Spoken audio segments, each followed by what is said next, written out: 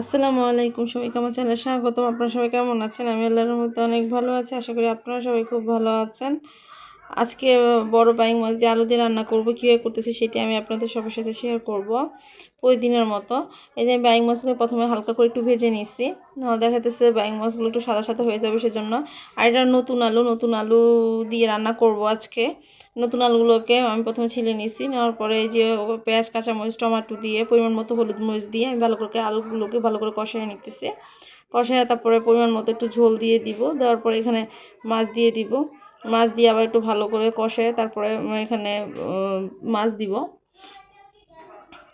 আর আসলে নতুন আলু আর বাইং মাছ দিয়ে খেতে খুব ভালো লাগে সব কিছুর সাথেই। আর যদি আলু দেওয়া হয় সে তার কোনো কথাই নেই, আলু মানে খুব মজার একটা জিনিস। এই দেখেন আমার তরকারিটা কষানি হইতেছে। আপনারা যদি আমার ইউটিউব চ্যানেল নতুন হয়ে থাকেন তাহলে প্লিজ আমার চ্যানেলটা সাবস্ক্রাইব করে দিবেন। এই যে দেখেন আমার তরকারিটা রান্নাটা হয়ে গেছে। আলু দিয়ে বাইং মাছ দিয়ে রান্না দেখতে কেমন হয়েছে আপনারা কমেন্টে জানাবেন। ভিডিওটা ভালো লেগে থাকলে লাইক কমেন্ট শেয়ার করবেন। আর আপনারা যদি ইউটিউব চ্যানেল নতুন হয়ে থাকেন তাহলে প্লিজ চ্যানেলটা সাবস্ক্রাইব করে দিবেন। আল্লাহ হাফেজ।